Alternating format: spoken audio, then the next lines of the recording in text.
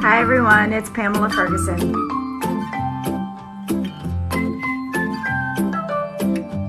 Today, I wanted to talk about the dreaded student loans. We came out of his schooling with $200,000 in debt. Should I say that number again? It's pretty staggering. $200,000 of debt. So because of that fact, I think I know a little bit about student loans. I think I know a little bit about how to get rid of them and what to do with them. And they're a bear. Let me tell you, I know firsthand.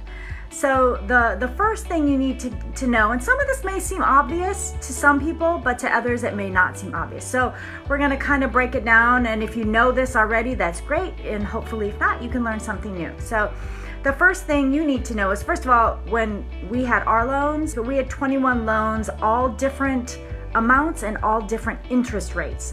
So I am like a spreadsheet queen. So the first thing I did is I said, okay, let's organize these in some way. So I made a spreadsheet. I said, okay, here's the numbers, here's how much we owe, here's the interest rates on them. And that's the first thing I did. The next thing I did is I looked at all of the loans that had the highest interest rate. Why is that important? Because obviously you want to pay the least amount of interest you can. So I'm going to find out the ones that have the highest interest rate. So let's say I have, 5 of them that have the same interest rate. How do I know which ones to pay off first? If I have one who has $13,000 and one that has $3,000, which one of those should I pay first? Which one would you think? You might be wrong. I don't know, you might be right. I would pay the one with the highest interest rate and the lowest amount. Why do you want to do that? Because first of all, we know that you're going to have to pay the minimum on all of these loans. These 21 student loans, we had to pay the minimum regardless. And unfortunately, that happened to have been more than our mortgage back then. So, we had a lot of student loans. So what we did is that I chipped away month by month is at that one that had the highest interest rate with the lowest amount. So that $3,000 you're going to be able to pay off much quicker than a $13,000, right? In my mind, it made me feel better if my spreadsheet got smaller. From 21, when I got rid of the first one, I was like, yes, now I only have 20 loans. And then I got rid of another one, yes, 19. To see that shrink, is a big confidence booster. It really makes you feel better about things. Okay, so you're paying the minimum on everything. And then any extra money, it's kind of a joke, right? Any extra money. So it could be, if you're like, listen, I can barely pay the minimum on these loans, I don't know what to do. This video is not necessarily how to get extra money, but I'll mention a few things that you can do. So, you have to look at your lifestyle. Are you somebody who likes your daily Starbucks? Or are you somebody who likes to go out to eat? Kind of look at your lifestyle and figure out, okay, where can I make some cuts? Some cuts help. If you make one better decision per day financially, that's going to help you in the long run. So let's say we'll use the example of Starbucks coffee. I have to admit, I don't drink any coffee at all. I'm not a coffee drinker, so this is not a cut I could make. I think their coffees are like $5 a day. Let's just, for easy numbers, we'll say $5 a day. So instead of drinking coffee 5 days a week, how about ideally I would say, hey, buy a Keurig or a regular coffee maker.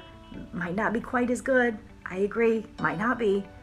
And save that money. You have an initial outlay for the Keurig or whatever, $100, even less for some of the other ones that aren't Keurig brand. And just think about, you could make that back in like a week if you're a big coffee drinker. So you take that extra money, let's say we did $25 a week, right? So 4 weeks, you've just saved $100 if you completely went to another coffee maker.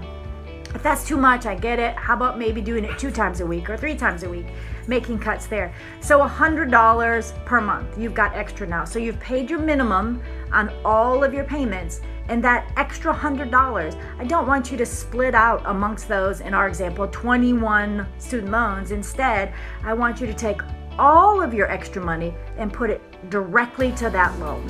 Your goal is to have a laser focus on that specific loan. Any extra money that you may have. Your student loans are due once a month. Every time we got a paycheck, I took any extra that we had. Like I said, we didn't drink coffee, but what are some of the other things we gave up on? We didn't really go on vacation at all. We didn't take weekend trips. And a big one, we really didn't go out to eat. And I'm not saying never go out to eat. Of course, everything in moderation. But if you're someone who goes out to eat a lot, I would start out by cutting out one of those days, and then maybe 2 of those days a week. And you're like, well, it's fast food, it's like $6. That adds up over time. Again, just like those lattes or those fancy coffees that you drink. If you can save, $6 a couple times a week, well then think about what you could be paying down. Now, it's still better to pay off a highest interest rate, even if it's more money, because then you don't have a minimum payment. Every loan that you finish, that minimum payment every month, like if let's say we had a $3,000 one and your minimum payment was $100. But guess what? Now you only have 20 loans and not 21. So you have the regular, that your minimum payments, and then that $100 that you had earmarked for that payment, that monthly payment, no longer exists. So then you're going to take that amount and roll it into the next one. Same thing, when that's gone, that minimum payment's gone. So let's, for example, let's say our minimum payments were $2,000 a month. And then maybe when I pay off that first loan, our minimum payment's $1,900 a month. So in my mind, I'm still thinking that I have to pay the $2,000 a month. The only difference is it's going to a different place. So I'm still making that payment, except for now I'm focusing on a laser focus on whatever loan that is. And you will feel so great when you start to reduce that. And if you're like, there's no ways I can cut, there's nothing I can do.